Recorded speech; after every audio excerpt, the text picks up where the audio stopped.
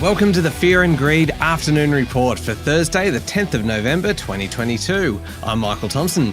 Every afternoon, we've got the 5 stories that happened today that you need to know about, so let's jump into it. Story number 1, the share market fell today. The S&P ASX 200 dropped 0.5% to 6,964 points. This was despite a takeover bid for Origin Energy, sending the company's shares soaring 35%. Among the other gainers today, Computershare added 4% on a positive trading update. Woolworths added 1.7%, but online accounting group Xero slumped 10.7% after its CEO announced his resignation, and the energy sector fell as the oil price retreated. Woodside lost 2.3% and Santos fell 1.6%. Crude oil is back below $86 a barrel. The Aussie dollar is weaker, buying 64.2 US cents. On to story number 2 now, and the government's controversial industrial relations legislation has passed the lower house. The bill introduces multi-employer bargaining, giving unions the right to negotiate across multiple employers at the same time. Business says it will mean industry-wide strikes. Unions like it because it lifts their power to force through wage rises. The law still needs to pass the Senate, and you'd expect it will be amended before it has any real chance of becoming law.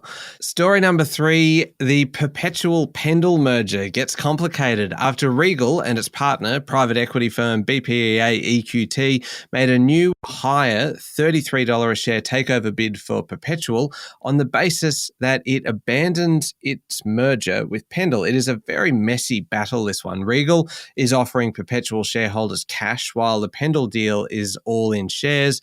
At the core is a serious debate about the Perpetual board's fiduciary duty to do what's best for its shareholders. Shares in Perpetual rallied 14.8%, but Pendal shares dropped 10.9%.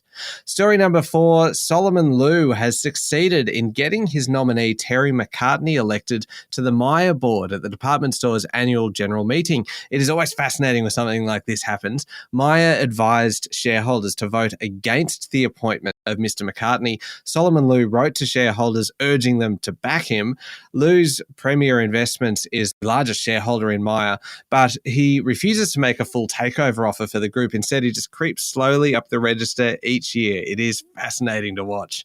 On to story number 5, last one. The red wave that was supposed to sweep the US midterm elections has failed to materialize. The Republicans are still likely to win a majority in the House, but it will be a much smaller margin than many had predicted, and they may not win control of the Senate. The results left Republicans blaming former President Donald Trump for his intervention in the campaign and look to have left Trump's plans to run for president again in tatters. The Democrats campaigned hard on abortion rights, a platform that seemed to gain traction across America. Overnight on Wall Street, the Dow fell heavily, ending the session down 647 points.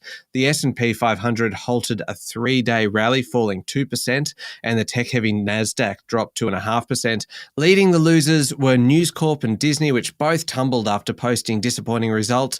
Facebook owner Meta Platforms jumped 5% after outlining plans to lay off 11,000 employees. There's a bit of a sense that investors were disappointed the Republicans didn't do better in the midterms. Republican control of Congress tends to boost stock markets.